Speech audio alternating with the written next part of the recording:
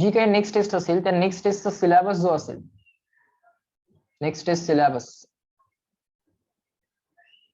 will be first 3 chapters. Chapter 1,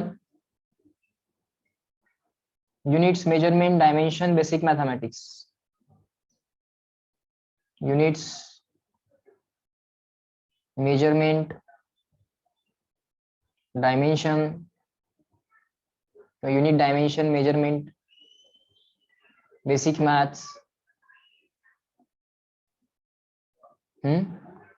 Chapter 2, scalar, vector, calculus. Scalar, vector, calculus. Chapter 3, motion in one dimension. Motion in one dimension. या सगळ्यावरती taste असेल, 3 chapters असतील. Is that clear to all of you? हे समजलं तुम्हाला? Notice लक्षात आली?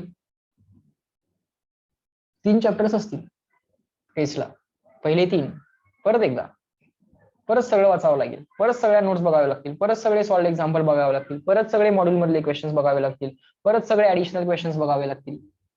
पण तुम्ही ते एकदा केलेलं आहे. You have done it once, you have to do it again.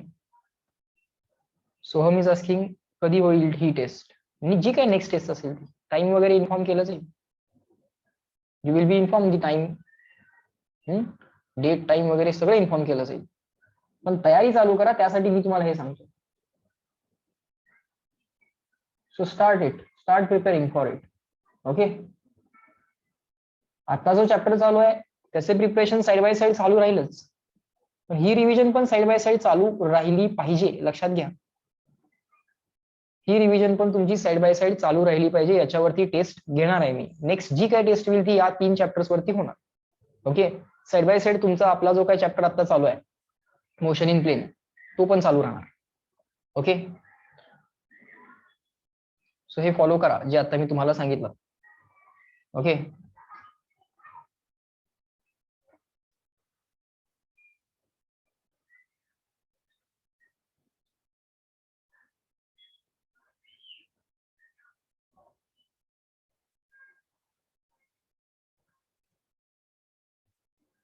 fine, all right. So back to the point. In the morning lecture we have solved up to question number 64. Okay, now let us see the further questions. पुढचे questions बघूया बाळांनो. चला, question practice जितकी जास्त होईल तितकं चांगलं आहे. चलो, question number 65. Question number 65. Let's see what is given there. Let me read the question. The coach throws the baseball to the player. The coach throws the baseball to the player with an initial speed of 20 meter per second. Initial speed दिलाय म्हणजे काय दिलंय? आता परत म्हणू नका. Initial speed दिलाय. Initial speed दिलाय म्हणजे u दिलाय. You are given the initial speed means u. Letter is expected. कुठलं लेटर आहे? u. Initial speed of the projectile. The ball has been thrown by the coach towards the player, right? With the initial speed of 20 meter. With the initial speed of 20 meter per second. At an angle of 45 degree with the horizontal. Angle with the horizontal दिलाय म्हणजे काय दिलाय? Theta दिलाय. Angle with the vertical नाही दिला. Angle with the horizontal दिलाय. ते पण व्यवस्थित बघायचं. Vertical बरोबर अँगल दिलाय का? Horizontal बरोबर अँगल दिलाय का? कारण जर बाळांनो वर्टिकल बरोबर अँगल दिला, let me draw it here. If you are given the angle with the vertical, there is a projectile like this. This is the horizontal and this is the projectile motion. This is the velocity u. If the angle is given with the vertical, let's say angle with the vertical is equal to 40, then you have to calculate theta by your own, on your own, that this theta will be equal to angle with the horizontal, that is angle of projection will be equal to 50. हा 90 minus 40 असेल ना. Total angle 90 आहे. Total angle 90 आहे, त्यातला हा 40 त्यांनी दिलाय angle with the vertical. So remaining angle you have to find it. Okay, remaining angle जो आहे तो तुम्हाला कॅल्क्युलेट करावा लागेल. 40 सबट्रॅक्ट करावे लागतील 50 मधनं, 90 मधनं. This 40 you have to subtract from the 90 and then you will get the answer as 50. Next, so angle of projection is given as 45 degree with the horizontal. At the moment the ball is thrown, the player is 50 meter from the coach. ज्या मोमेंटला ball throw केलाय त्या मोमेंटला player किती डिस्टन्सला आहे? 50 metre distance from the coach. Okay, let us draw the ground level. ही ground level आहे.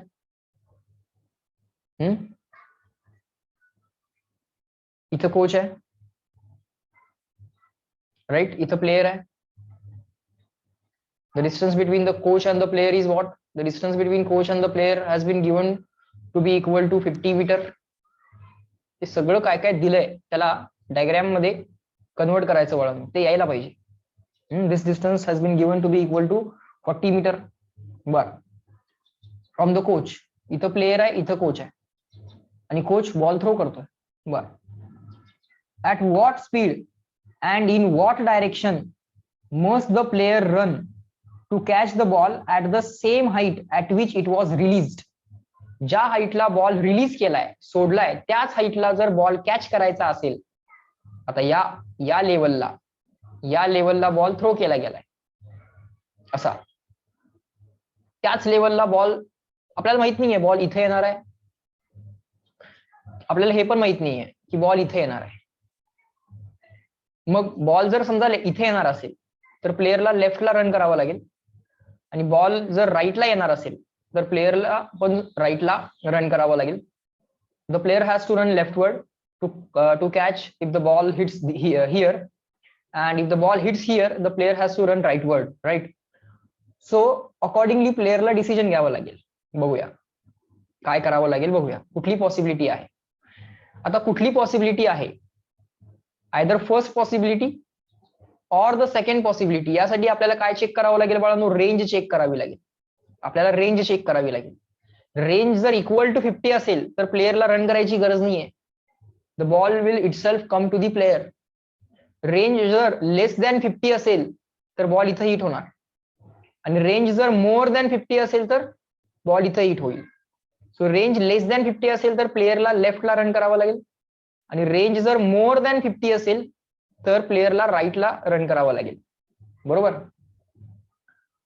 बर, किती स्पीडनं आणि कुठल्या डायरेक्शनला प्लेयरला रन करावं लागेल टू कॅच द बॉल, असा क्वेश्चन आहे. Right down. Direction and velocity, direction and velocity म्हणा, स्पीड म्हणा, direction and the speed of player, direction and velocity or speed of player to catch the ball. To catch the ball. Ball catch करायसाठी कुठल्या डायरेक्शनला प्लेयरने run केलं पाहिजे, लेफ्टला की राईटला, आणि किती स्पीडने रन केलं पाहिजे असं त्यांनी आपल्याला विचारलेलं आहे. फाईन. सो पहिलं डिसिजन आहे आपलं अबाउट डायरेक्शन, ते घेणं फार सोपं आहे. पहिल्यांदा काय करा, रेंज कॅल्क्युलेट करा. सर रेंज कॅल्क्युलेट करून घेऊया, पुढचा विचार आपोआप होईल. रेंज इज इक्वल टू, रेंजचा formula u square upon g तर आहेच. U square upon g, sine square upon 2 आहे की साइन 2 थीटा आहे? वरती खाली 2 असेल की साइन 2 थीटा असेल? Sine 2 theta. Correct. All of you are giving the correct answer. Sir u square sine 2 theta upon g, u square sine 2 theta upon g. आता हे पाठ व्हायला लागलंय तुम्हाला, पण यू स्क्वेअर अपॉन जी आहे ते पण पाठ करा. म्हणताना u square sine 2 theta upon g असंच म्हणा, u square sine 2 theta upon g. बरं, रेंज कॅल्क्युलेट करूया. चला, यू ची व्हॅल्यू किती आहे? 20. So 20 square sine of 2 into theta. Theta किती दिलाय? 45. मग ते 2 इंटू 45 डायरेक्टली 90 लिहिलं तरी चालेल, मला काही अडचण नाही. जी ची व्हॅल्यू 10 घ्या. 20 स्क्वेअर 400 साइन ऑफ 90. तुम्ही डायरेक्टली साइन 91 लिहिलं चालेल, absolutely no issues. Divide by 10, 10 ला 10 कॅन्सल, आन्सर आलं 40 मीटर. रेंज 40 मीटर आली, म्हणजे ही केस असणार बा, ही केस झाली बघ. So this is going to be our range which is equal to 40 metre, which is equal to 40 metre. So player has to run leftward. प्लेयरला लेफ्टला रन करावं लागेल. लिहा, as range is equal to 40 and this value is less than 50, जी काय range आहे 40 ती 50 पेक्षा लेस आहे, सो प्लेयरला लेफ्टला रन करावं लागेल. So player has to run leftward. So player has to run leftward. प्लेयरला लेफ्टवर्डला रन करावं लागेल. बरोबर. आता the player must be present here before the ball hits the before the ball comes here, or the player should reach this point simultaneously. Player and the ball should reach this point simultaneously, or player should reach this point at the same instance the ball reaches this point. ज्या मोमेंटला ball इथं पोहोचणार आहे त्याच मोमेंटला player इथं पोहोचला पाहिजे. Okay. Ball जर catch करायचा असेल तर दोन पॉसिबिलिटीज आहेत. आयदर प्लेयर तिथं ऑलरेडी आला पाहिजे, नाहीतर ज्या मोमेंटला तिथं बॉल आलाय त्याच मोमेंटला प्लेयर आला पाहिजे. ओके. आता आपण इथं जे काय कॅल्क्युलेट करणार ते ज्या मोमेंटला बॉल इथं आलाय त्याच मोमेंटला प्लेयर इथं आलाय असं आपण ऍझ्युम करूयात. ओके. आणि त्या हिशोबाने या प्लेयरचा स्पीड कॅल्क्युलेट करूयात. सिंपल आहे. प्लेयरला किती डिस्टन्स कव्हर करावं लागेल? You can very easily find that out. How much distance the player has to cover? Total distance 50 आहे, हे distance 40 आहे, 10 मीटरचं डिस्टन्स कव्हर करावं लागेल. ऑब्व्हियस आहे. सो प्लेयरनं किती स्पीडनं हे डिस्टन्स कव्हर केलं पाहिजे?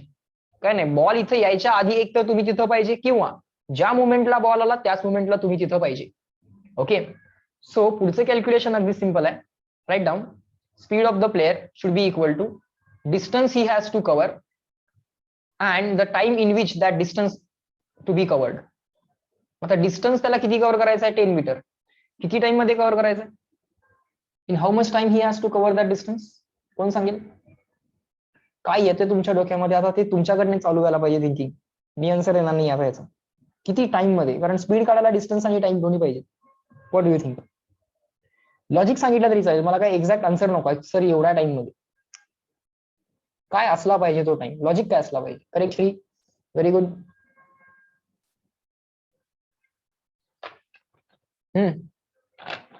किंवा प्लेयरने इथं किती टाइम मध्ये यायचं ते कसं कॅल्क्युलेट करणार आहात? What is the thought? I want the thought, not the calculation.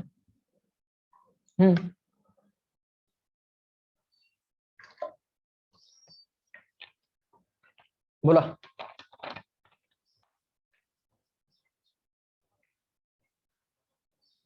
काय थॉट येतोय? तो टाइम कसा कॅल्क्युलेट करायचा ज्या टाइम मध्ये प्लेयर एवढा डिस्टन्स कव्हर करेल?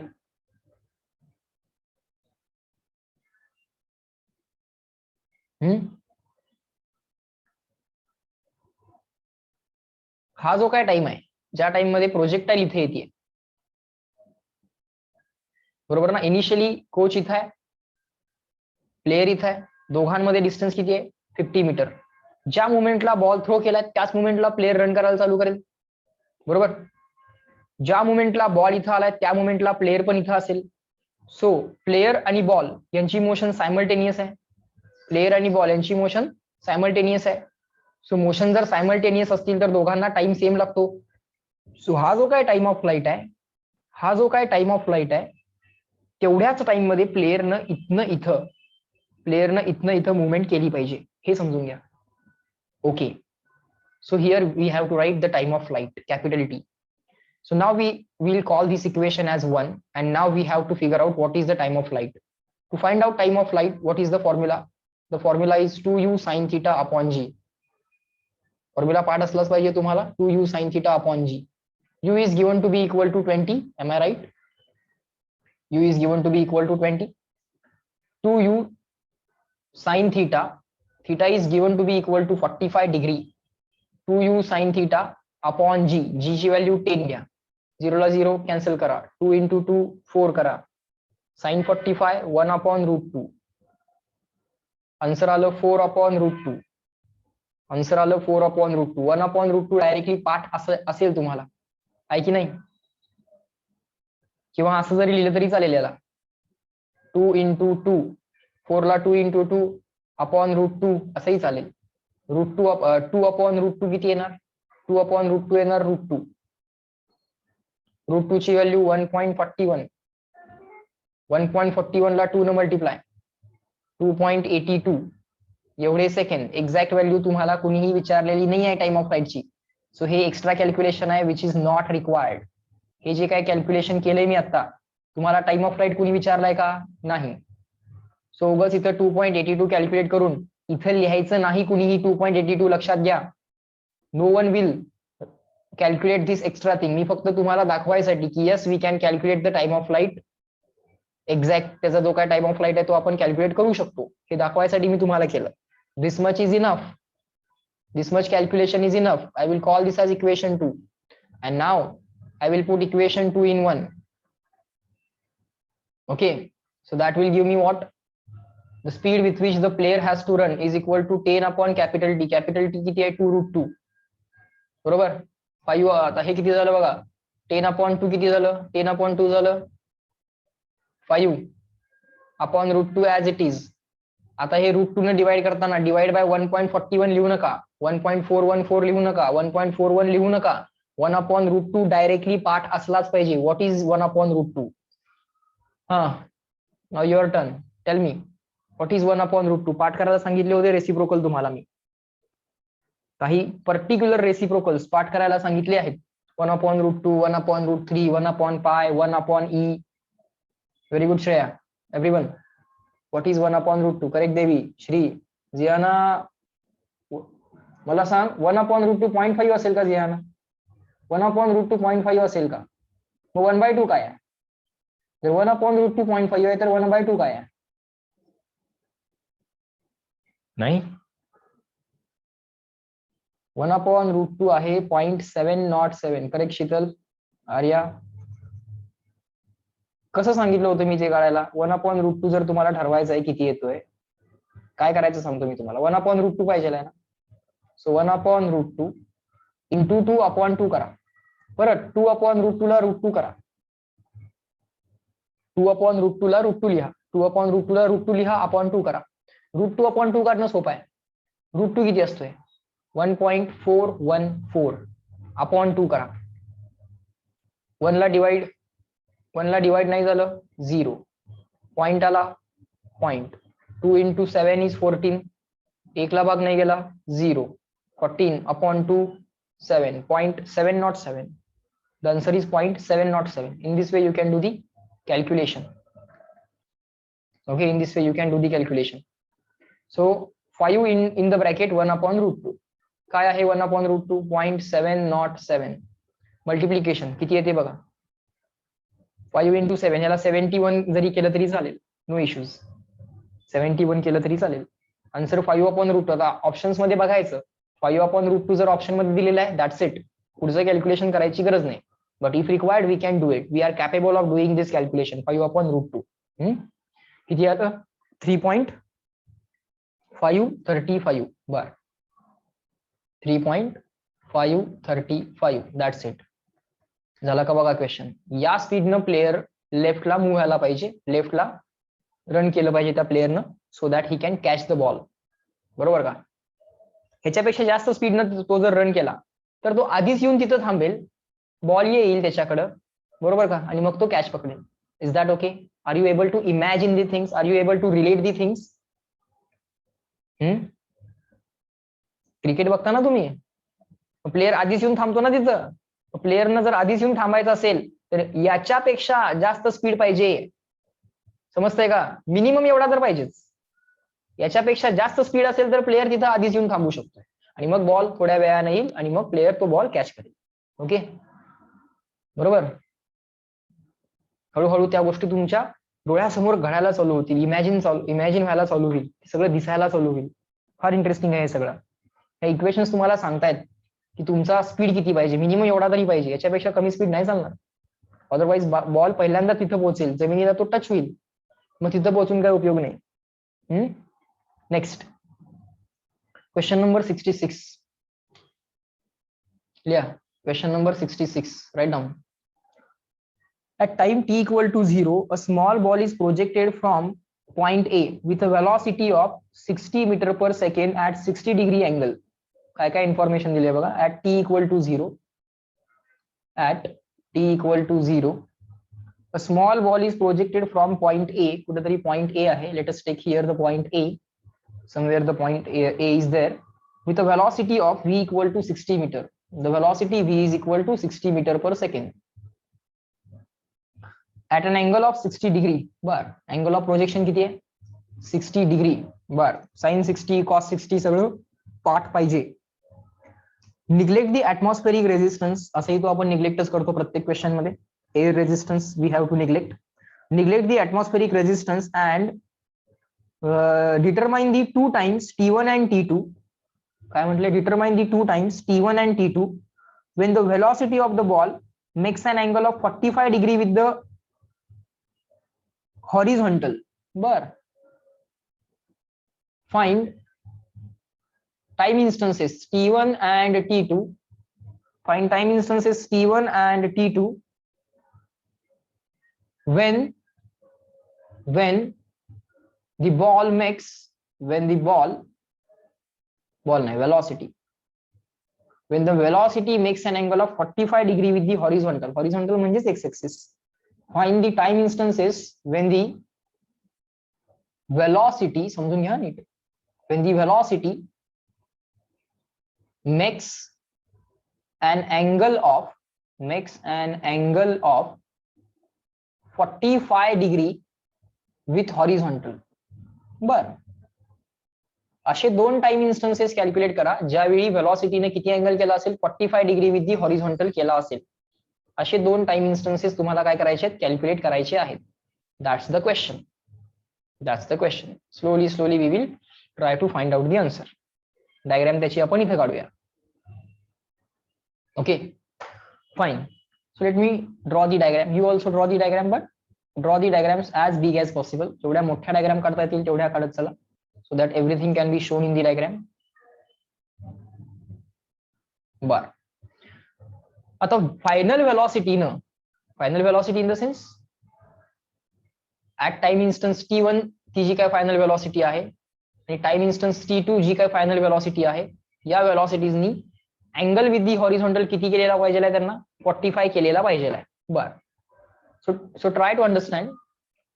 इथं वेलॉसिटीनं हॉरिझॉन्टल बरोबर केलेला अँगल असणार आहे 0. नीट समजून घ्या. इथं वेलॉसिटीनं केलेला अँगल विथ दी हॉरिझॉन्टल किती आहे? ऑलरेडी दिलाय. Angle made by the velocity with the horizontal that has been already given to be equal to 60 degree. हा अँगल ऑलरेडी 60 आहे, बरोबर. हा अँगल ऑलरेडी 60 डिग्री दिलाय. इथं जाऊन तो अँगल 0 होणार आहे. मग कुठंतरी अँगल 45 असेल की नाही? Somewhere the angle must be 45. Horizontal बरोबर त्या वेलॉसिटीने केलेला angle somewhere here it must be 45. Okay, आता इथं 60 चा अँगल आहे हॉरिझॉन्टल बरोबर. सेम लेवलला वेलॉसिटीने केलेला अँगल सेम असतो, हेही लक्षात घ्या. बघा, नीट लक्ष द्या. सेम लेवलला जर वेलॉसिटीचा वेक्टर ड्रॉ केला, इथं angle made with the horizontal किती आहे? 60. इथं पण तो अँगल बाळांनो 60च असणार आहे. इथं पण तो अँगल काय असणार आहे? 60च असणार आहे. त्याचं रिझन पण इझिली सांगता येईल. एक्स कंपोनंट ऑफ वेलॉसिटी जो आहे तो बदलणार नाही, तो तर कधीच बदलत नाही. मग हा जो काय एक्स कंपोनंट आहे तो ऍज इट इज, तो तर ऍज इट इज. आणि वाय कंपोनंट जो इनिशियली अपवर्ड होता, सेम लेवलला वाय कंपोनंट सुद्धा सेम असतो. सेम लेवलला वाय कंपोनंट सुद्धा काय असतो? सेम असतो. सेम लेवलला वाय कंपोनंट सेम असतो, फक्त डायरेक्शन त्यांच्या अपोजिट असतात. त्यामुळं जर हा अँगल 60 असेल तर हा पण अँगल 60 असेल, कारण कंपोनंट जर इक्वल असतील, एक्स कंपोनंट आणि वाय कंपोनंट, तर अँगल्स पण इक्वल असलेच पाहिजेत. Are you getting it? हे तुमच्या लक्षात आलं का? Yes no? हा एक्स कंपोनंट, एक कंपोनंट आपण डॉटेड ड्रॉ करूयात बाळांनो, म्हणजे आपल्या लक्षात येईल. हा x component as it is येणारच आहे. वाय कंपोनंट फक्त काय होणार आहे? डायरेक्शन मध्ये रिव्हर्स होणार आहे. सेम लेवलला वाय कंपोनंट डायरेक्शन मध्ये रिव्हर्स होतात. मग मला सांगा, जर इथं अँगल 45 असेल, याच लेवलला जर परत जर प्रोजेक्टाईल आली, याच लेवलला प्रोजेक्टाईल जर परत आली, तर परत अँगल 45 व्हायलाच पाहिजे. जर या लेवलचा 60चा अँगल इथं 60 मिळतोय तुम्हाला, तर या लेवलचा 45 अँगल तुम्हाला इथं परत 45 मिळायलाच पाहिजे. You must get that angle 45 once again.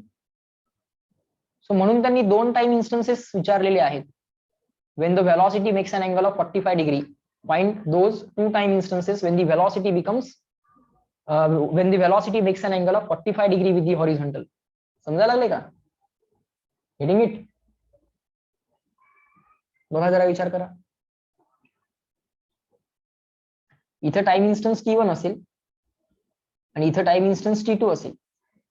इथं टाइम इन्स्टन्स 0 आहे. ओके.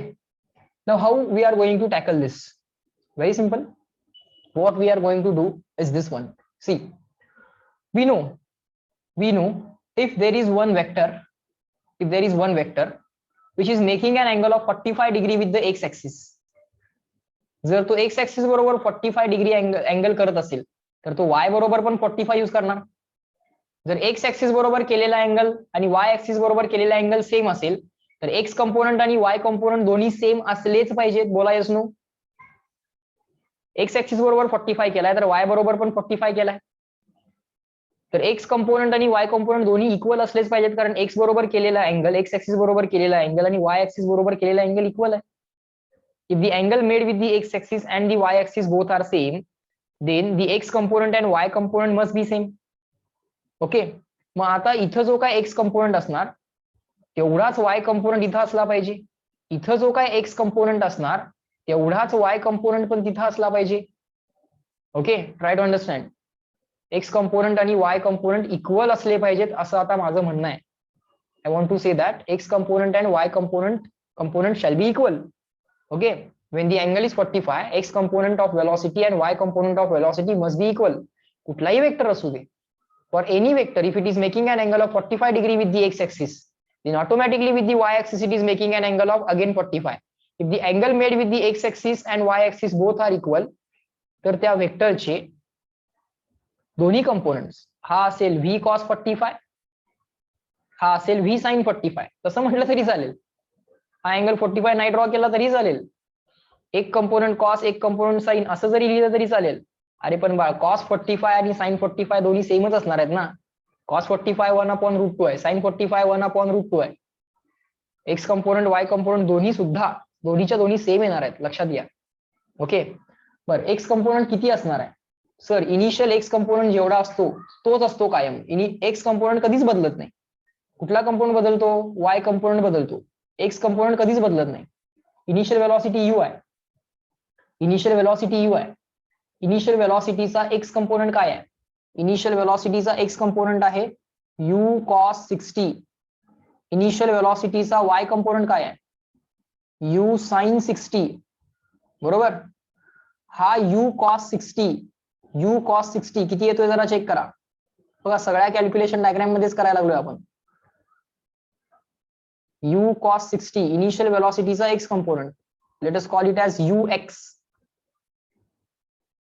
या वेलॉसिटीला v1 म्हणा, या वेलॉसिटीला v2 म्हणा, इनिशियल वेलॉसिटीला u म्हणूयात. इनिशियल वेलॉसिटीचा एक्स कंपोनंट किती येणार? u cos 60. cos 60 किती असतोय? 1/2. sin 30 1/2, cos 60 1/2. दोन्ही लक्षात ठेवा. sin 30 1/2 आहे, cos 60 पण 1/2 आहे. सो उत्तर आलं u/2. बरोबर. पहिल्या वेलॉसिटीचा एक्स कंपोनंट vx नाही, vx नको म्हणाला, v1x. पहिल्या वेलॉसिटीचा एक्स कंपोनंट v1x. पहिल्या वेलॉसिटीचा वाय कंपोनंट v1 चा वाय कंपोनंट. दुसऱ्या वेलॉसिटीचा एक्स कंपोनंट v2 चा एक्स कंपोनंट. दुसऱ्या वेलॉसिटीचा वाय कंपोनंट v2 चा वाय कंपोनंट. ओके. नेमिंग पण तिथंच डायग्राम मध्ये करूयात सगळं, म्हणून डायग्राम मोठी काढा म्हटलं होतं. छोटी काढली असेल परत खोडा, परत मोठी ड्रॉ करा. ओके. एक्स कंपोनंट बदलत नाहीत, तुम्हाला माहिती आहे. एक्स कंपोनंट बदलणार नाहीये. प्रत्येक एक्स कंपोनंटची व्हॅल्यू u/2 एवढीच येणार आहे. सो फर्स्ट वेलॉसिटीचा एक्स कंपोनंट, सेकंड वेलॉसिटीचा एक्स कंपोनंट आणि इनिशियल वेलॉसिटीचा एक्स कंपोनंट हे सगळे सेम असणार आहेत.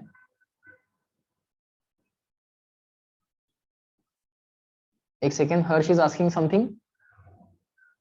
सर, मागच्या लेक्चर मध्ये आपण जो एक्झाम्पल 63 मधला second bit find horizontal range सोडवला, तो मॉड्यूल मध्ये ज्या प्रकारे सोडवून दाखवलाय ते एक्सप्लेन करा. Example number 63 the second bit horizontal range. 63 मधली horizontal range distance into time केलंय, सॉरी स्पीड इंटू टाइम केलंय. बुक मध्ये 40 मीटर त्यांनी डायरेक्टली फॉर्म्युला नाही वापरला, त्यांनी टाइम ऑफ फ्लाईट काढलाय आणि हॉरिझॉन्टल कंपोनंट माहित आहे तुम्हाला, 10 इंटू 4 केलंय ना. Horizontal component into time of flight केलंय. मला सांगा, सगळ्यांनीच विचार करा, जर तुम्हाला रेंज कॅल्क्युलेट करायची असेल, दोन ऑप्शन असतात तुमच्याकडे, एक तर तुम्ही फॉर्म्युला वापरा, नाहीतर हॉरिझॉन्टल कंपोनंट ऑफ वेलॉसिटी तुम्हाला माहित असतोय. ओके, तो काय बदलत नाही. आणि टाइम ऑफ फ्लाईट तुम्ही फॉर्म्युला वापरून तुम्ही कॅल्क्युलेट केलेलं असते. त्यामुळे रेंज जेव्हा तुम्हाला बाळांनो कॅल्क्युलेट करायची असते, तेव्हा रेंज कशी कॅल्क्युलेट करू शकता? हॉरिझॉन्टल डिस्टन्स काढायचं आहे, मग हॉरिझॉन्टल स्पीड किती आहे बघा, इंटू किती टाइम. त्यांनी असंच केलंय. आणि ही मोशन युनिफॉर्म मोशन आहे ना, constant speed constant velocity, so distance into time केलंय. Is that clear Harsh?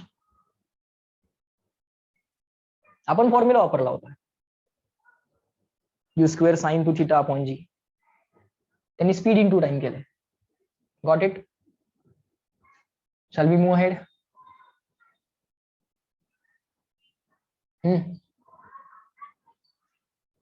Harsh, is that clear? झालं का? Expecting reply? येस नो काहीतरी सांग पहिल्यांदा.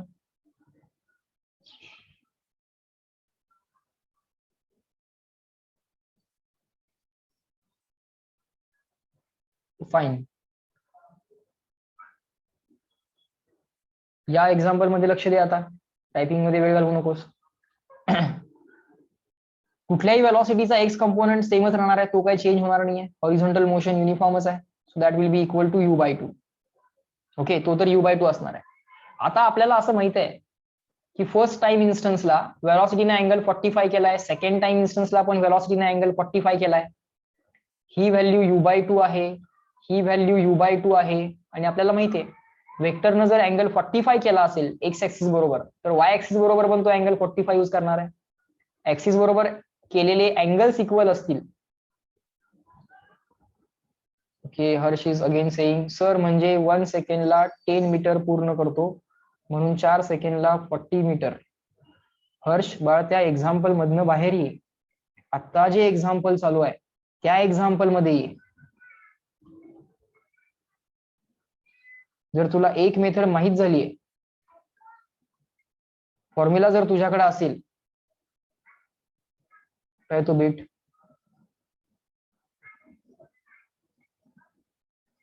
इथं आपण हे 40 मीटर काढलं होतं. ओके, तुझं या एक्झाम्पल मध्ये लक्ष नाहीये, तू टायपिंग करण्यामध्ये वेळ घालवतोयस. नंतर तू विचारू शकतोस ना मला, लेक्चर झाल्यावर पण विचारू शकतोय. बघ, लक्ष दे, करूया ते आता. आता मला सांग, हे डिस्टन्स जर काढायचं आहे तर या डायरेक्शन मधला स्पीड इंटू किती टाइम लागलाय असं पण केलं तरी चालतंय. सो हे डिस्टन्स काढायचं आहे मला r. या डायरेक्शन मधला स्पीड ऑलरेडी दिला गेला होता 10. सो स्पीड इंटू किती टाइम लागेल, हॉरिझॉन्टल मोशनला किती टाइम लागेल, तो या मोशनला लागलेला टाइम ऑलरेडी 4 सेकंड काढलेला आहे. सो स्पीड इंटू टाइम एवढं केलं तरी इनफ आहे. या मोशन मध्ये काही ऍक्सेलरेशन नाही आहे, so directly speed into time असं करून डिस्टन्स काढू शकता. S is equal to ut plus half at square वगैरे करायची गरज नाही आहे, ऍक्सेलरेशन नाही आहे या मोशन मध्ये. सो आन्सर आलं 40 मीटर. आता तू याचा अर्थ परत असं काढत बसलायस की 4 सेकंड मध्ये 40 मीटर कव्हर होत आहेत, म्हणजे एका सेकंड मध्ये 10 मीटर कव्हर होत आहेत. ही गोष्ट ऑब्व्हियस आहे, ऑब्व्हियस आहे ना ही गोष्ट.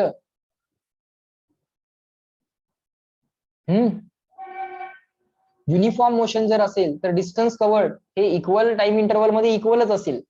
ओके, सो त्या क्वेश्चन मधनं बाहेर ये आता.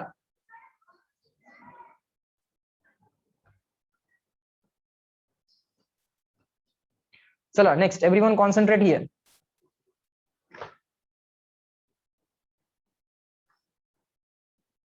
या क्वेश्चन मध्ये या सगळेजण, आणि एक क्वेश्चन जेव्हा चालू आहे तेव्हा वेगळाच क्वेश्चन समोर घेऊन त्याच्यावरती विचार करत बसायचा नाही. ओके, असं कधीच करू नका. म्हणजे आहे तो क्वेश्चन मग 4 वेळा करत बसावं लागेल. त्याच्यावरचं थिंकिंग, त्याचे थॉट्स, हे सगळं डायग्राम मध्ये चालू आहे. त्या डायग्रामची कॉम्प्लेक्सिटी समजून घ्या. ते सगळं तुम्हाला न बघता ड्रॉ करता आलं पाहिजे. ओके, त्यासाठी प्रत्येक गोष्टीकडे तुमचं लक्ष पाहिजे व्यवस्थित. हळूहळू हळूहळू डायग्रामची डेव्हलप होत चालली आहे. ओके,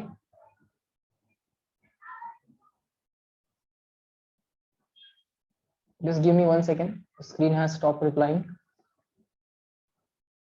स्क्रीन बंद पडली. 1 second.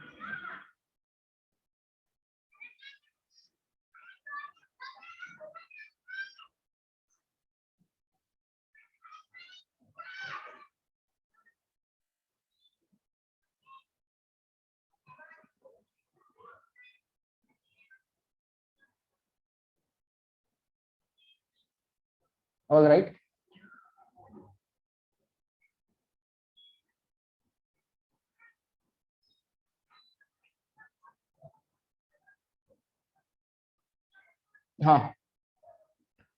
Here we took the velocity as v2, right? Its x component, v2 चा x component, v2 चा y component, v1 चा x component, v1 चा y component, x component of v1, v2 and initial velocity चा x component सगळे same आहेत, u/2. बरोबर. Here we have calculated that, so that will be written here, u/2. Here also we will write u/2. Okay, and now we know if the vector makes an angle of 45 degree with the horizontal, its x and y component both are same. त्याचे x आणि y component दोन्ही same असतात, कारण cos 45 आणि sin 45 1/√2 1/√2. So हे v into 1/√2, हे पण v into 1/√2.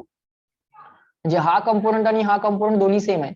मग याची व्हॅल्यू जर, याची न्यूमरिकल व्हॅल्यू जर u/2 असेल तर याची न्यूमरिकल व्हॅल्यू पण u/2 असणार. ओके, आणि या वेक्टरची न्यूमरिकल व्हॅल्यू पण, या वेक्टरच्या व्हर्टिकल कंपोनंटची न्यूमरिकल व्हॅल्यू पण u/2 असणार आहे, कारण त्याचा x कंपोनंट u/2 आहे, y कंपोनंट पण u/2 येणार आहे. हा अँगल 45 डिग्रीज असणार आहे. बरोबर.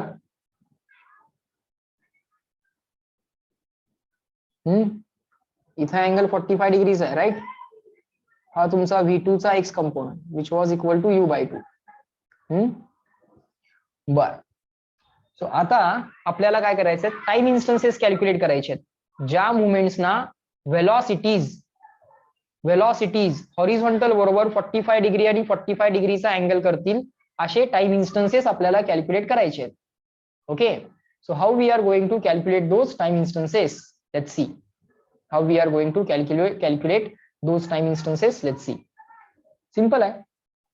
आपल्याकडं व्हर्टिकल मोशनचा विचार करण्यासाठी इनिशियल व्हर्टिकल व्हेलॉसिटी आहे, फायनल व्हर्टिकल व्हेलॉसिटी आहे आणि व्हर्टिकल ऍक्सेलरेशन पण आहे. सो किती टाइम नंतर velocity, initial velocity u sin 60, final velocity u/2. किती टाइम नंतर व्हेलॉसिटी, व्हर्टिकल व्हेलॉसिटी, फक्त व्हर्टिकल डायरेक्शनचा विचार करा, फक्त व्हर्टिकल मोशनचा विचार करा. इनिशियल व्हर्टिकल व्हेलॉसिटी आहे u sin 60, फायनली किती झाली u/2. सो तुम्ही काय करू शकता, you can use v is equal to u plus at for vertical direction or in vertical direction, for म्हणा किंवा in म्हणा. वर्टिकल डायरेक्शन मध्ये तुम्ही v equal to u plus at use करा. फायनल व्हर्टिकल व्हेलॉसिटी आहे u/2, vertical आहे म्हणून तर y असं लिहिलं तरी चालेल. वेक्टर यूज करा. ओके, मुद्दाम वेक्टर्स यूज करा, कारण प्रोजेक्टाइल मोशन मध्ये अपवर्ड पण ऍज वेल ऍज डाऊनवर्ड पण मोशन आहे. ओके, सो आता पहिल्या केससाठी, केस 1 साठी टाइम इन्स्टन्स घ्या t1. केस 1 साठी टाइम इन्स्टन्स घ्या t1. केस 1 त्यासाठी टाइम इन्स्टन्स t1 एवढ्या टाइम मध्ये final velocity, final vertical velocity u/2 झाली आणि ती अपवर्ड आहे, व्हॅल्यू आहे u/2 आणि अपवर्ड आहे म्हणून plus j cap. Final velocity u/2 into जे cap is equal to initial velocity किती आहे बघा. इनिशियल व्हेलॉसिटी आहे u sin 60, ती पण अपवर्ड आहे. u sin 60 √3/2 डायरेक्टली लिहू का इथं. sin 60 √3/2 अपवर्ड आहे. अपवर्ड आहे त्यामुळं जे बरोबर v is equal to u plus at. v झाला u झाला प्लस ऍक्सलरेशन जे आहे ते मायनस g इंटू जे कॅप. त्याला डायरेक्टली -10 इंटू जे कॅप घेतलं तरी चालेल. -g इंटू जे cap. v is equal to u plus at. Time घ्या t1. केस 1 ला टाइम घ्या t1. ओके. आता बाळांनो या इक्वेशन मध्ये एक इक्वेशन एक अननोन एवढाच गेम शिल्लक राहिलेला आहे. t1 is unknown, initial velocity is given to you. हे जे कॅन्सल करून टाका. जे कॉमन आणि cancel. Okay. On the next page we will write this equation once again. We will put the value of u and value of g and we will find out the time instance t1. up to this reply in the chat box clear and written. हे सगळ्यांना लक्षात आलंय का आपण काय काय केलंय. नीट समजून घ्या. ते मोशन इन वन डायमेन्शन मध्ये कन्वर्ट केलं आपण त्याला. आणि v is equal to u plus at apply करायला लागलो. जरा विचार करायचा या क्वेश्चन वरती टाइम स्पेंड करा. समजून घ्या.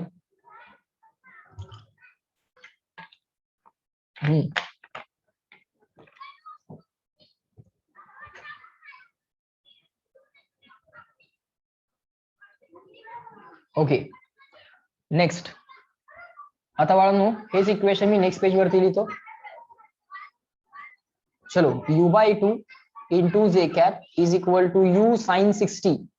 sin 60 असतोय √3/2 इंटू जे प्लस ऍक्सलरेशन होतं -g इंटू जे कॅप इंटू पहिला टाइम इन्स्टन्स होता t1 किंवा पहिली टाइम इंटरवल होती 0 to t1 एवढी time interval.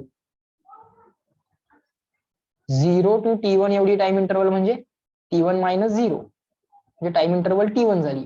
Final time instance minus initial time instance t1 - 0 t1. बर. जे कॅन्सल करून टाका. इनिशियल व्हेलॉसिटी किती दिली आहे 60. u ची व्हॅल्यू दिली आहे 60/2. u ची व्हॅल्यू दिली आहे 60 इंटू √3/2 प्लस नाही सर मायनस g ची व्हॅल्यू दिली आहे 10. t1 ची व्हॅल्यू कॅल्क्युलेट करायची आहे. जे ऑलरेडी कॅन्सल आहे. काय काय होते चेक करा. -10t राईटला पाठवा. प्लस 10t झालं. t1 आहे ते t1 लिहा. 60 इंटू √3 आहेच /2 आहेच ऍज इट इज. हा 60/2 राईटला गेला. प्लसचा मायनस झाला. काय काय होते बघा कॅल्क्युलेशन ते. 10 cancel. t1 is equal to 6/2 3 √3 6/2 3 आलं. आन्सर काय आहे 3 इन द ब्रॅकेट. 3 कॉमन काढा. 3 कॉमन काढा. 3 इन द ब्रॅकेट √3 - 1. 3 कॉमन काढला. 3 कॉमन काढला. √3 शिल्लक राहिला. 3 कॉमन काढला. 1 शिल्लक राहिला. √3 ची व्हॅल्यू पाठ असली पाहिजे 1.73. कंपल्सरी सगळ्यांना √3 ची व्हॅल्यू पाठ पाहिजे 1.73 -1. Any calculation you should be able to do. थांबायचं नाही इथं कॅल्क्युलेशनला. हा क्वेश्चन मध्येच असं लिहिलं असेल. ऑप्शन्स मध्येच जर हा ऑप्शन असेल तिथं थांबा. पण ऑप्शन मध्ये एक्झॅक्ट आन्सर दिला असेल तर काय you should not stop at this point. Let's do that. 3 into 3 9. 3 into 7 21. After dot 2 digits. Dot नंतर 2 digits. So answer will be 2.19. So at this time instance the velocity will make an angle of 45 degree with the x-axis. बघा बाळांनो answer यायला लागलाय आपला. समजलं का. Logic apply केलं आपण. काय काय विचार केले ते सगळे समजून घ्या. विचार करून इक्वेशन्स लिहायला शिका. तुमचे थॉट्स एकदा डेव्हलप झाले की माझं काम संपलं. 2 वर्ष माझं एवढंच काम आहे. की तुमच्यामध्ये ते क्वेश्चनला बघून थॉट्स डेव्हलप व्हायला पाहिजेत आणि त्या थॉट्स वरून तुम्ही इक्वेशन्स लिहायला शिकलं पाहिजे, and that too without my help. म्हणून तुम्हाला मी बरीच गणितं सोडवून दाखवतोय. इझी वाले तर दाखवतोय नो डाऊट, पण जरा कॉम्प्लेक्स क्वेश्चन्स पण मला तुमच्याशी डिस्कस करायचे आहेत. Is that clear? आता परत सेकंड थॉट बघा. सेकंड टाइम इन्स्टन्स कॅल्क्युलेट करायचा आहे सर, पण सेकंड टाइम इन्स्टन्सच्या वेळी फायनल वेलॉसिटी जी आहे व्हर्टिकल वाली बघा, हॉरिझॉन्टल वाला नाही, फायनल वेलॉसिटी जी आहे ती डाऊनवर्ड आहे. u/2 आहे पण डाऊनवर्ड आहे. इनिशियल वेलॉसिटी किती होती? u sin 60. इनिशियल वेलॉसिटी आहे u sin 60, अपवर्ड आहे. आणि फायनल वेलॉसिटी सेकंड टाइम इन्स्टन्सला फायनल वेलॉसिटी डाऊनवर्ड आहे आणि किती आहे? u/2 आहे. म्हणजे परत सेकंड केस साठी तुम्हाला ते इक्वेशन अप्लाय करावं लागेल. इथं पासून इथपर्यंतच्या मोशनचा टाइम इन्स्टन्स, इथं पासून इथपर्यंतच्या मोशनचा टाइम t2 आहे आणि फायनल वेलॉसिटी किती झाली आहे? u/2 झाली आहे पण डाऊनवर्ड झाली आहे. सो परत हेच इक्वेशन अप्लाय होणार केस 2 साठी. लिहा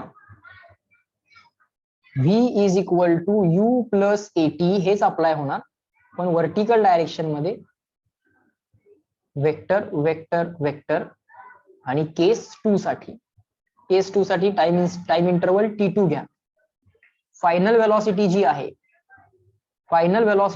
बाळांनो इथं ती व्हर्टिकली डाऊनवर्ड आहे आणि u/2 आहे. Vertically downward u/2. So final velocity काय आहे ना, u/2 आणि व्हर्टिकली डाऊनवर्ड म्हणजे मायनस जे कॅपनं मल्टिप्लाय ही असणार आहे final velocity is equal to initial velocity in the vertical direction. Vertical डायरेक्शनची इनिशियल वेलॉसिटी काय बघा, इनिशियल वेलॉसिटी आहे u sin 60.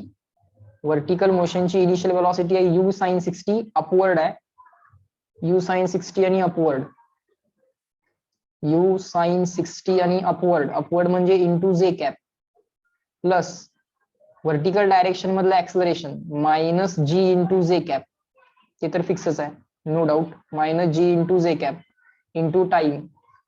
सेकंड केस मधली टाइम इंटरवल t2 आहे, इनिशियल टाइम 0 आहे, फायनल टाइम इन्स्टन्स t2 आहे, सो टाइम इंटरवल आली t2. Okay, therefore values put करा पटपट आणि टाइमची व्हॅल्यू कॅल्क्युलेट करायची. -60, u ची व्हॅल्यू 60 दिली आहे upon 2 as it is, u ची व्हॅल्यू 60 दिली आहे, sin 60 √3 अपॉन 2 इंटू जे कॅप, हे जे कॅप कॅन्सल, जे कॅन्सल, कॅप नाही लिहिली तरी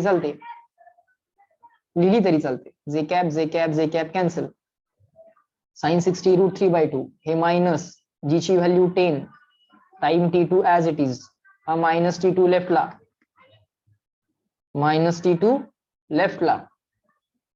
प्लस झाला 60 into √3 upon 2 as it is. करा ते कॅल्क्युलेशन, पुढचं जमतंय तुमचं, तुम्हाला माझी गरज नाही आहे. -60 राईटला गेला, plus 60 upon 2 as it is. करा बरोबर कॅल्क्युलेशन. 10 कॉमन घ्या, या 10 बरोबर कॅन्सल करा, इथनं 10 कॉमन, या 10 बरोबर कॅन्सल किंवा डायरेक्टली कॅन्सल केलं तरी चालेल. 6/2 3√3. सगळं कॅल्क्युलेशन करून बघा तुमचं माझं सेम येत आहे का.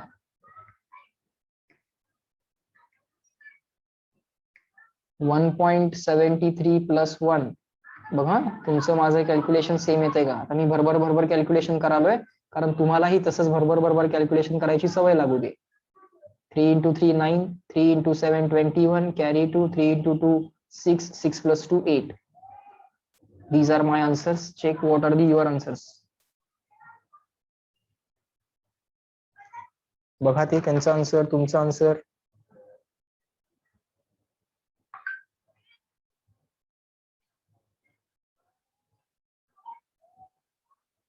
CW एव्हरीवन, यायला लागलेत का क्वेश्चन्स लक्षात. Projectile motion, vector form will help you. Vector form बास आहे, एकटा वेक्टर फॉर्म 3 इक्वेशनचा v = u + at, ac = ut + ½ at², हा कॅपेबल आहे, तुम्हाला मदत करायला कॅपेबल आहे. तो तुम्हाला ऑलवेज रेस्क्यू करेल कुठल्याही क्वेश्चन मधनं.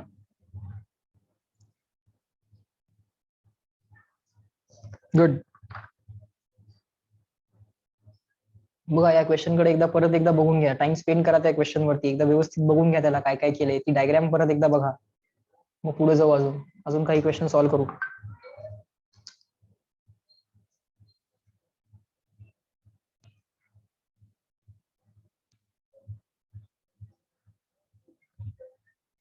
ओके बर.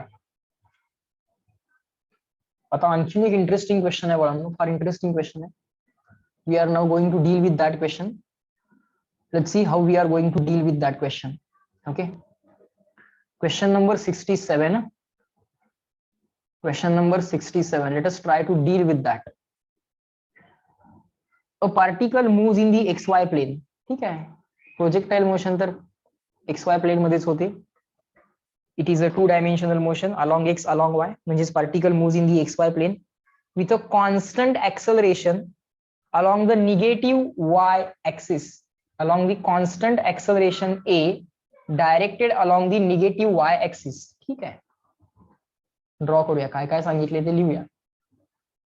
कॉन्स्टंट एक्सलरेशन आहे, along the negative Y axis आहे, सगळं आम्हाला समजतंय. बर, आणि पार्टिकलची मोशन एक्स वाय प्लेन मध्ये आहे. सो हे एक्स हे वाय, आणि कॉन्स्टंट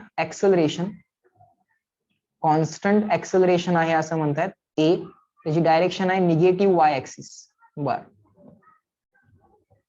पुढं the equation of path of the particle, equation of path of the particle, या पार्टिकलने ट्रॅव्हल केलेला जो काय पाथ असेल, आता प्रोजेक्टाइल मोशनचा चॅप्टर आहे त्यामुळे प्रोजेक्टाइलचा पाथ आहे, पण ते तुम्हाला बघून समजते, तो स्ट्रेट लाईन आहे, सर्कल आहे, पॅराबोला आहे, इलिप्स आहे, सगळे कर्व तुम्हाला हळूहळू लक्षात येतील. मी तुम्हाला सांगेन इक्वेशन बघून कसं ओळखायचं कुठला पाथ आहे. इक्वेशन असं दिलंय, y equal to some constant b into x minus some constant c into x square.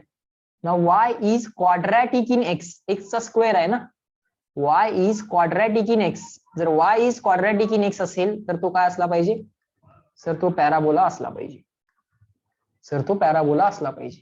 मग आता पाथ ड्रॉ करायला काय हरकत नाहीये बाळा, पाथ ड्रॉ करायला काय हरकत नाहीये. ओके बर.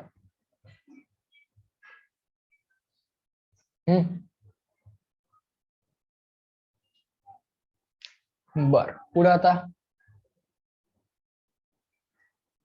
काय विचारले बघूया, काय दिले बघूया. Where B and C are positive constants. B आणि सी काय आर्बिटरी कॉन्स्टंट्स. आर्बिटरी म्हणजे काय, एक्झॅक्ट व्हॅल्यू माहित नाहीये पण कॉन्स्टंट्स आहेत एवढं तरी माहित आहे. बर, these are the constants. Next, find the velocity of the particle at the origin of the coordinates. बर, काय काय विचारले बघा, फार इंटरेस्टिंग क्वेश्चन आहे. Velocity of the particle at the origin, ओरिजिनला व्हेलॉसिटी किती असेल. velocity of particle or the projectile, काही म्हणा त्याला, velocity of the particle at origin, इथं जो काय ओरिजिन आहे म्हणजे x equal to 0 y equal to 0, त्या ओरिजिनला वेलॉसिटी किती असेल पार्टिकलची, म्हणजे वेलॉसिटी ऑफ प्रोजेक्शन कॅल्क्युलेट करा म्हणतात. ठीक आहे, बघूया ही वेलॉसिटी कशी कॅल्क्युलेट करता येईल, करूया विचार त्याचा आपण. पुढं find the velocity of the particle at the origin of the coordinates, find range and maximum height. बर, रेंज पण विचारली. याला आपण बिट नंबर 1 म्हणूया, bit number 1, bit number 2, bit number 3.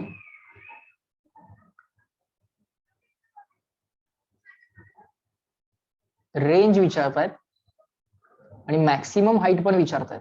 आता या क्वेश्चन वरती जरा टाइम स्पेंड करूया आणि समजून घेऊया की कुठले कुठले लॉजिक्स यूज करावे लागतील, कशा पद्धतीने हे क्वेश्चन्स टॅकल करावे लागतील. जरा विचार करूयात, आपली आपली मेथड डेव्हलप करूयात. त्यांनी काय केलंय तो त्यांचा थॉट असेल, पण आपण जरा थॉट डेव्हलप करायचा प्रयत्न करू. नंतर तुम्हाला त्यांचा थॉट पण समजून घेता येईल आणि त्यांचा नाही समजला की तुम्ही मला विचारू शकता, नो इश्यूज, नंतर विचारलं तरी चालेल. पण आपण जरा आपला एक थॉट डेव्हलप करायचा प्रयत्न करूयात. ओके, काय काय करता येईल, तुमच्या मनात काय काय येते. इक्वेशन ऑफ ट्रॅजेक्टरी तर दिलेला आहे. ट्रॅजेक्टरी म्हणजेच पाथ, ट्रॅजेक्टरी म्हणजेच पाथ. इक्वेशन ऑफ ट्रॅजेक्टरी त्यांनी दिलेला आहे आणि आपल्याला इनिशियल वेलॉसिटी विचारतायत. रेंज विचारतायत, मॅक्सिमम हाईट विचारतायत. काय काय मनात येते तुमच्या? What do you think? The only thing that is given is this. यातनच सगळं मिळणार आहे हे पण लक्षात घ्या. यातनच सगळं मिळणार आहे हेही तितकंच खरं आहे.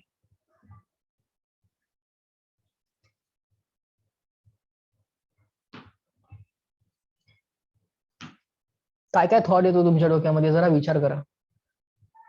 आजचा सगळा टाइम आपण जरा थिंकिंग वरती युटिलाइज करूया, rather than learning anything directly. Let us utilise the time on thinking.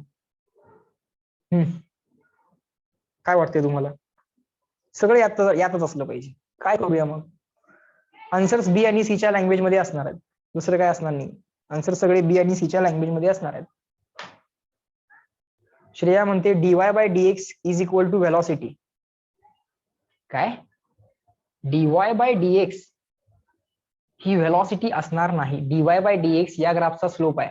Velocity he upon time करावं लागेल ना. व्हेलॉसिटी ही dr/dt असणार आहे. याचं युनिट मीटर अपॉन मीटर आहे. याचं युनिट मीटर अपॉन सेकंद आहे. सिंपल सिंपल थॉट्स आहेत श्रेया, विचार कर. dy/dx काय देईल तुला? dy/dx या ग्राफचा स्लोप देईल. म्हणजे इथं जी काय टँजंट निघेल ओरिजिनला किंवा कुठल्याही पॉइंटला टँजंटचा स्लोप म्हणजे dy/dx. सो dy/dx नी काय मिळू शकतंय? स्लोप मिळू शकतो या ग्राफचा. या ग्राफचा स्लोप मिळाला की तुम्हाला हा अँगल कॅल्क्युलेट करता येऊ शकतो, कारण स्लोप म्हणजे टॅन थिटा. समजतंय का? dy/dx केलं तर काय होईल, काय काय मिळू शकेल? dy/dx केलं तर स्लोप मिळू शकेल, व्हेलॉसिटी नाही मिळणार. अरे पण स्लोप मिळाला समजा तुम्हाला, तर तुम्ही हा अँगल कॅल्क्युलेट करू शकताय. समजतंय का? बर, आता माझ्या डोक्यात काय काय प्लॅन येतोय बघा. ठीक आहे, तुमचं लॉजिक पण करेक्ट आहे. तुम्ही या ग्राफचा स्लोप काढा, या ग्राफचा स्लोप ऍट ओरिजिन काढा. स्लोप ऍट ओरिजिन काढला की टँजंट ऍट ओरिजिन जी आहे, त्या ओरिजिनला जी टँजंट काढलेली आहे त्या टँजंटनं किती अँगल केलाय ते तुम्हाला काढता येईल. म्हणजे अँगल ऑफ प्रोजेक्शन काढता येईल. आणि मग परत पुढे जाऊन विचार करून वेलॉसिटी ऑफ प्रोजेक्शन वगैरे करता येईल. पण माझ्या डोक्यात असा थॉट यायला लागलाय, जे काही इक्वेशन त्यांनी दिलेलं आहे हे इक्वेशन मी स्टँडर्ड इक्वेशन बरोबर कम्पेअर करणार. Okay, standard equation of trajectory जे काय आहे त्याच्याबरोबर कम्पेअर करणार. सो मी जे गिवन आहे ते पहिल्यांदा लिहितो बघा, समजून घ्या, मजा येणार आहे हा क्वेश्चन सॉल्व्ह करायला. कारण लॉजिक तुमच्या समोर डेव्हलप होईल. b into x minus c into x square. Okay, आणि स्टँडर्ड इक्वेशन काय आहे आपलं? स्टँडर्ड इक्वेशन काय आहे आठवतंय का? एक्स टॅन थिटा मायनस, आता हे तुम्हाला पाठ व्हायला पाहिजे, इक्वेशन ऑफ ट्रॅजेक्टरी आपण डिराईव्ह केलं होतं. X tan theta minus g upon 2u square cos square theta, g upon 2u square cos square theta into x square. X tan theta minus g upon 2u square cos square theta into x square. बरोबर. Standard equation काय असते? y is equal to x tan theta minus g upon 2u square cos square theta into x square. समजून घ्या, standard equation काय आहे? y is equal to x tan theta minus g upon 2u square cos square theta into x square. X बरोबर x compare झाला, b ची value आली tan theta. बरोबर ना? सिक्वेन्स कुठे मॅटर करतोय? एक्स ला एक्स कम्पेअर झाला, एक्स स्क्वेअरला एक्स स्क्वेअर कम्पेअर झाला, बी ची व्हॅल्यू मिळाली बाळ मला. किती मिळाली? टॅन थिटा मिळाली. अँगल ऑफ प्रोजेक्शनचा टॅन मला असाही मिळू शकतो की. सो टॅन थिटाची व्हॅल्यू मला काय मिळाली? बी मिळाली. सी ची व्हॅल्यू काय मिळणार? मायनसला मायनस कम्पेअर होणार. सी ची व्हॅल्यू काय मिळणार आहे? G upon 2u square cos square theta मिळणार आहे. बघा नीट लक्ष द्या, g upon 2u square cos square theta अशी मिळणार आहे. ओके, इथंपर्यंत कोणाला अडचण आहे का बाळांनो? बोला. फॉर्म्युला हा पाठ व्हायला पाहिजे तुम्हाला, पण आता मला पाठ आहे सो सुटला क्वेश्चन. फॉर्म्युला पाठ व्हायला पाहिजे. y equal to x tan theta minus g upon 2u square cos square theta into x square. त्यांनी ह्या टॅन थिटाला बी म्हटलेला आहे आणि त्यांनी ह्या g upon 2u square cos square थिटाला सी म्हटलेला आहे. समजायला लागले का? Are you getting it? So comparing with this standard equation, b आणि सी ची व्हॅल्यू मिळवली मी. Is that okay? Comparing with the standard equation, I have found out the value of B and C. Yes no बोला पटपट पटपट, yes no everyone.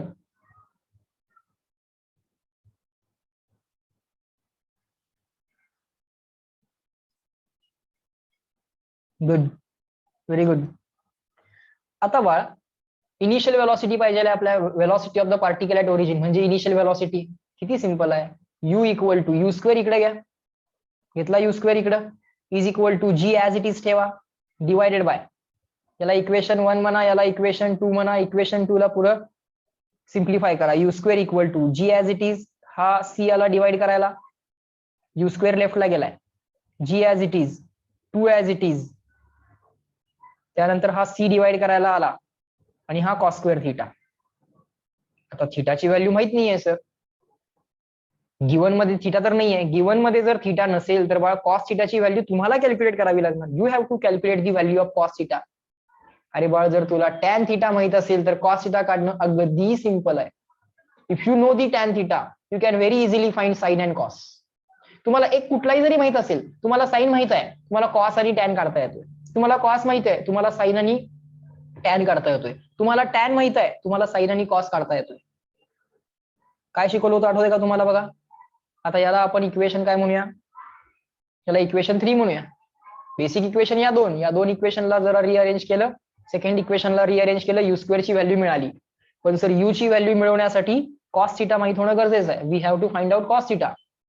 अरे आपल्याला tan theta माहित आहे, कॉस थिटा काढणं फार मोठी गोष्ट नाहीये. कुठलाही जो रेशो तुम्हाला माहित आहे तो पहिल्यांदा काय करायचा, आता हा इकडे बघा, याच्यावरनं मी काय करू शकतोय, टॅन थिटा माहित झालाय ना, एक राईट अँगल ट्रायंगल तयार करून घ्या, बाकीचे रेशो तुम्हाला पटपट पटपट मिळतात. या अँगलला थिटा ऍज्युम करा, एक अँगल 90 ऍज्युम करा, एक अँगल थिटा ऍज्युम करा. टॅन थिटा काय असतोय, अपोजिट अपॉन हायपोटेनस. अपोजिटची व्हॅल्यू बी आहे, अपोजिट अपॉन हायपोटेनस नाही, अपोजिट अपॉन ऍडजेसंट.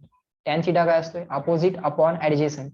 अपोजिटची व्हॅल्यू बी असणार, ऍडजेसंटची व्हॅल्यू 1 असणार, अपॉन 1 असणार ना. That's it. हायपोटेनस किती आला, अंडर रूट 1 स्क्वेअर प्लस बी स्क्वेअर. 1 चा स्क्वेअर 1च असतोय, बी चा स्क्वेअर बी स्क्वेअर असतोय. बघा आता मला सांगा, जर टॅन थिटा इथं कळत असेल तर कॉस थिटा काढणं काय अवघड गोष्ट आहे का तुमच्यासाठी. G upon 2 into C into cos थिटाची व्हॅल्यू किती येणार आहे बघा, जरा विचार करा आणि सांगा. कॉस थिटाची व्हॅल्यू किती येईल, adjacent upon hypotenuse, adjacent upon hypotenuse 1. Next page वरती लिहू का, नेक्स्ट पेज वरती जाऊया का, इथपर्यंत CW everyone, up to this CW. Cos थिटाची व्हॅल्यू काढायची आहे, यू ची व्हॅल्यू मिळवायची, एवढंच करायचं आहे आता. आणि कॉस थिटा मिळायला लागला इथं, टॅन थिटा माहित आहे ना, अपोजिट बी असणार, ऍडजेसंट 1 असणार. ओके, जाऊयात नेक्स्ट पेज वरती, चला. Very good. यू स्क्वेअरची व्हॅल्यू मिळाली आहे बा, u square is equal to आलाय g upon 2 into C into cos square theta असा आलाय. हा तुमचा टॅन थिटा वाला ट्रायंगल पण आहे, टॅन थिटाची व्हॅल्यू बी देऊन ठेवली त्यांनी ऑलरेडी, किंवा मिळाली आपल्याला. की बी म्हणजे बी अपॉन 1 पण लिहिता येते. सो याला थिटा ऍज्युम करा, याला 90 ऍज्युम करा, अपोजिट अपॉन ऍडजेसंट म्हणा, याला अंडर रूट 1 स्क्वेअर प्लस बी स्क्वेअर, 1 स्क्वेअर 1 असणार, बी स्क्वेअर असणार. कॉस थिटा किती येणार आहे, पटपट पटपट सांगता येते बघा. Cos theta adjacent upon hypotenuse 1 upon root of 1 plus B square. चला व्हॅल्यूज टाका इथं बाळांनो. G upon 2 into C into cos थिटाची value 1 upon root of 1 plus B square. मग कॉस स्क्वेअर थिटाची व्हॅल्यू पण करून घ्या ना, 1 चा स्क्वेअर 1, रूटचा स्क्वेअर रूट गेला, डायरेक्टली कॉस स्क्वेअरलाच रिप्लेस करा, कॉस स्क्वेअरला डायरेक्टली रिप्लेस करा. नसेल लक्षात येत, कॉस थिटाला रिप्लेस करून दाखवतो, काही अडचण नाही. 1 upon root of 1 plus B square, हा झाला कॉस थिटा रिप्लेस, त्याचा स्क्वेअर. तुम्ही डायरेक्टली केलं, नो इश्यूज. जी ची value as it is upon 2 into C into 1 चा स्क्वेअर 1, रूट आणि स्क्वेअर कॅन्सल, 1 चा स्क्वेअर 1, रूट आणि स्क्वेअर कॅन्सल, 1 प्लस बी स्क्वेअर. हा 1 प्लस बी स्क्वेअर वरती पाठवा, 1 अपॉन 1 प्लस बी स्क्वेअर वरती गेल्यावर काय होईल, 1 प्लस बी square upon 1.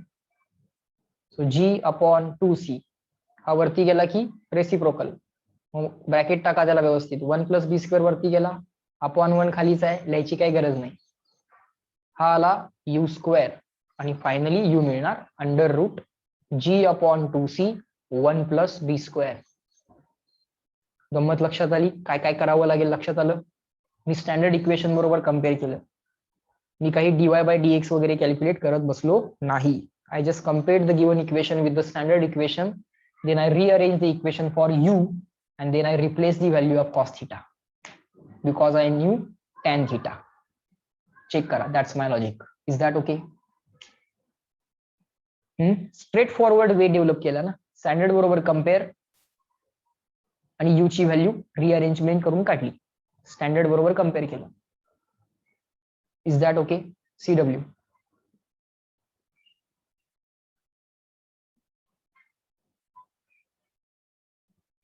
Good, very good. पुढे काय विचारले त्याचाही विचार करायचा आहे.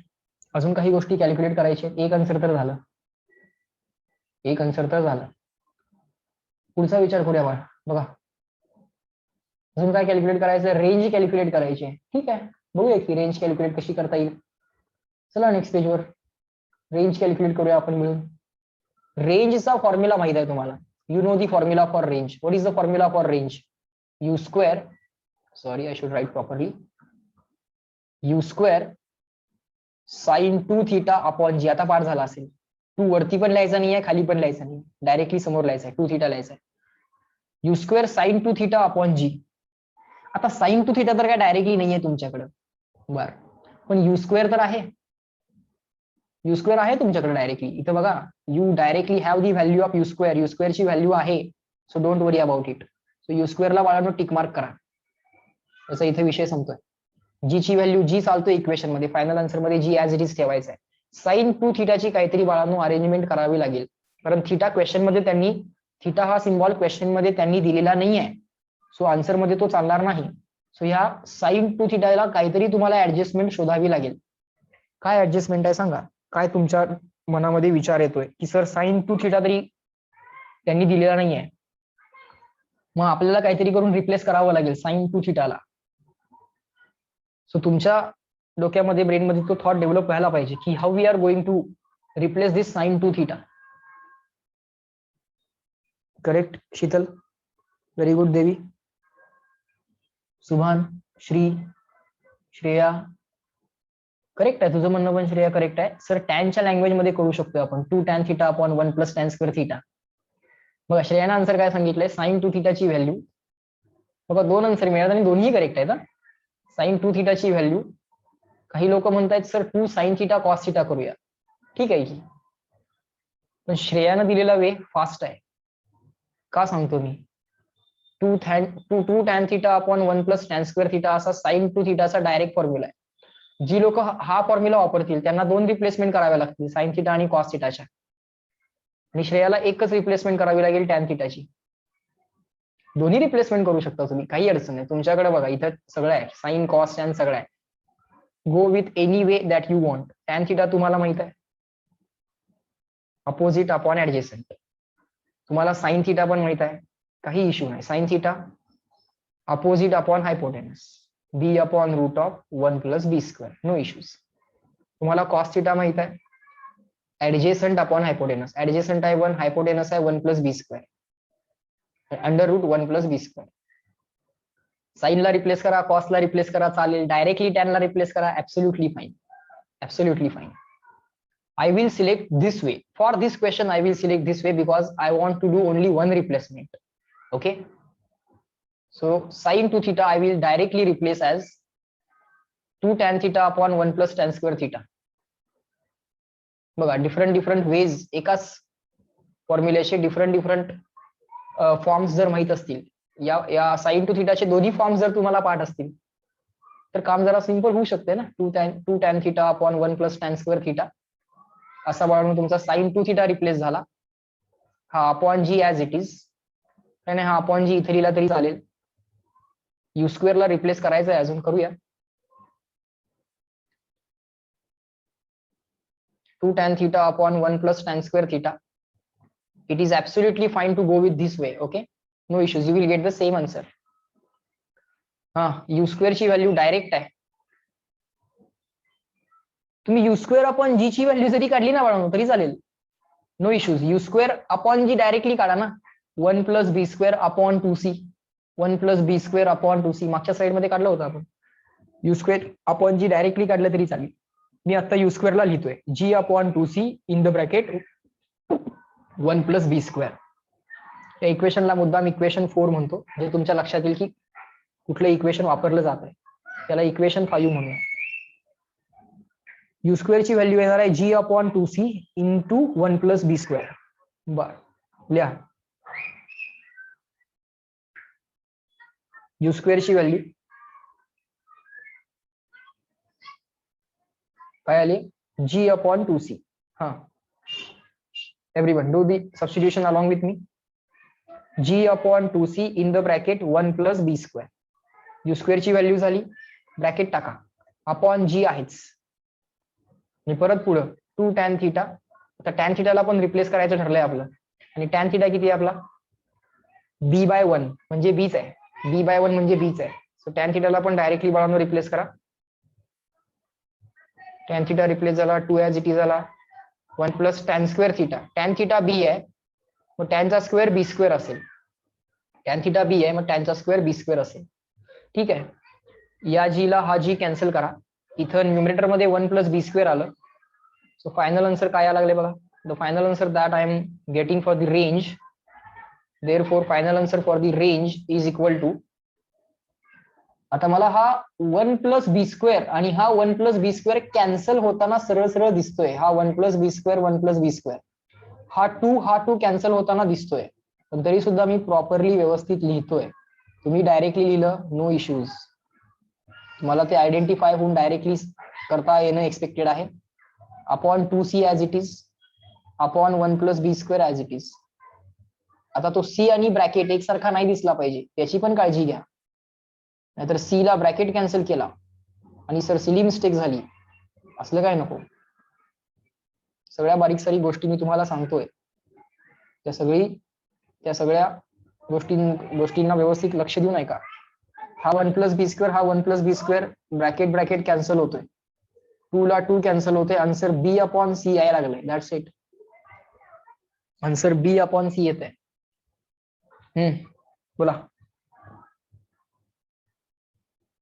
झालं. आन्सर येते b/c. That's it. CW. त्यांचं आन्सर काय आलंय, रेंजचं आलंय b/c. आपलं पण आलंय. दिस इज 1 मोर आन्सर. आणखीन एक आन्सर मिळालं. Call it as equation number 6 का 7. 5 झालं होतं, 6 झालं होतं, 4 5 6, इक्वेशन 6 झालं. रेंज पण मिळाली बघा. समजायला लागले थॉट्स तुम्हाला. इक्वेशन्स बरोबर डील करायला शिकलं पाहिजे ना. Direct formula based questions, I know definitely all of you are going to do it, पण काही थॉट, काही लॉजिक बेस्ड क्वेश्चन्स पण मला डिस्कस करायचे होते आज. So that will B completed after this question. ती गोष्ट कम्प्लीट होईल हा क्वेश्चन झाला की. आणखीन एक गोष्ट काय विचारली बघा, मॅक्सिमम हाईट विचारली आहे. चला बाळांनो, मॅक्सिमम हाईट कॅल्क्युलेट करून दाखवूया आपण त्यांना.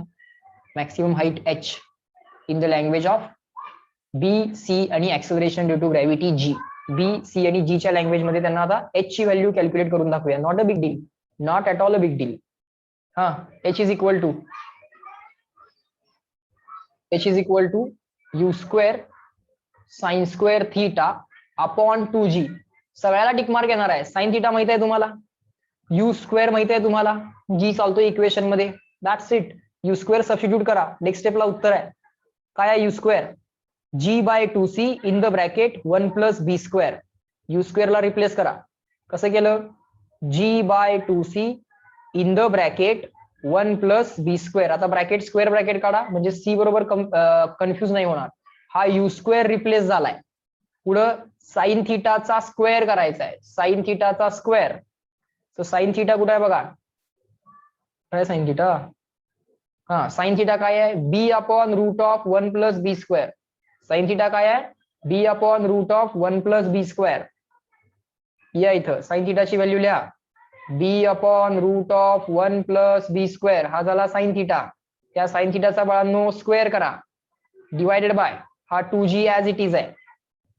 आता हा 2 कॅन्सल होत नाही हे समजून घ्या, कारण हा पण डिनॉमिनेटर मध्ये आहे आणि हा पण डिनॉमिनेटर मध्ये आहे. असं कॅन्सल करायचं नाही. हा जी डिनॉमिनेटर मध्ये आहे हा जी न्यूमरेटर मध्ये आहे हा कॅन्सल होऊ शकतो. हा 2 डिनॉमिनेटर मध्ये आहे हा पण डिनॉमिनेटर मध्ये आहे. सो तो 2 इंटू 2 डिनॉमिनेटर मध्ये 4.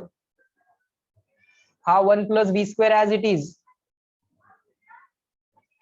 ओके हा सी ऍज इट इज. फक्त जी कॅन्सल झालाय 2 चा विचार झालाय 1 प्लस बी स्क्वेअरचा विचार झालाय. B by root of 1 plus b स्क्वेअरचा स्क्वेअर करायचा आहे. बी चा स्क्वेअर बी स्क्वेअर रूटचा स्क्वेअर रूट कॅन्सल परत ब्रॅकेट टाका परत 1 प्लस बी स्क्वेअर. किंवा तुम्हाला इथे डायरेक्टली दिसतंय बाळांनो हे 1 प्लस बी स्क्वेअर दिसतंय. ह्या रूट आणि स्क्वेअर कॅन्सल होतंय हे डायरेक्टली कॅन्सल केलं नो इश्यूज मला काही अडचण नाही. तुम्ही हा स्क्वेअर रूट डायरेक्टली स्क्वेअर करून या 1 प्लस बी स्क्वेअर बरोबर कॅन्सल केला no issues. Go for it. आता कॅन्सल केलं आन्सर आलं b square upon 4c. That's the height h, maximum height. That is again the answer that they asked. One more answer. Equation number 8 CW. आलं का लक्षात बघा.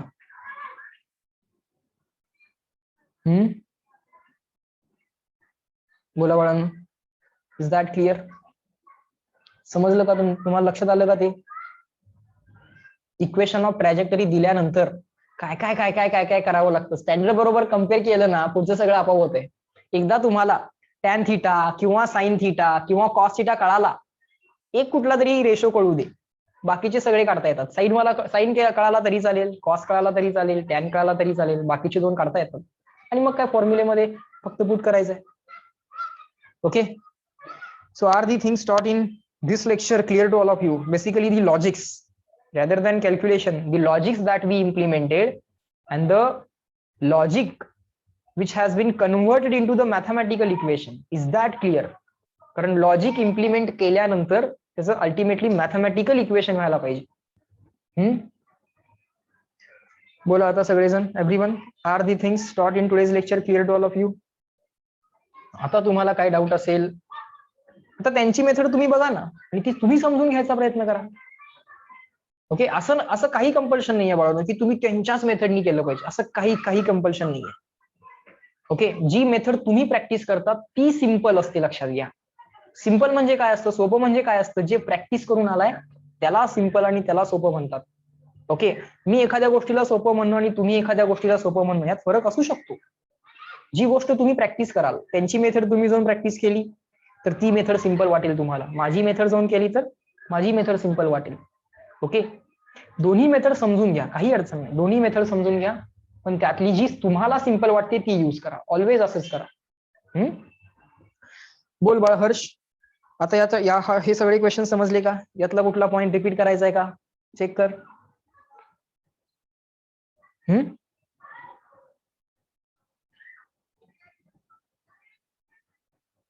हर्ष आहे का गेला.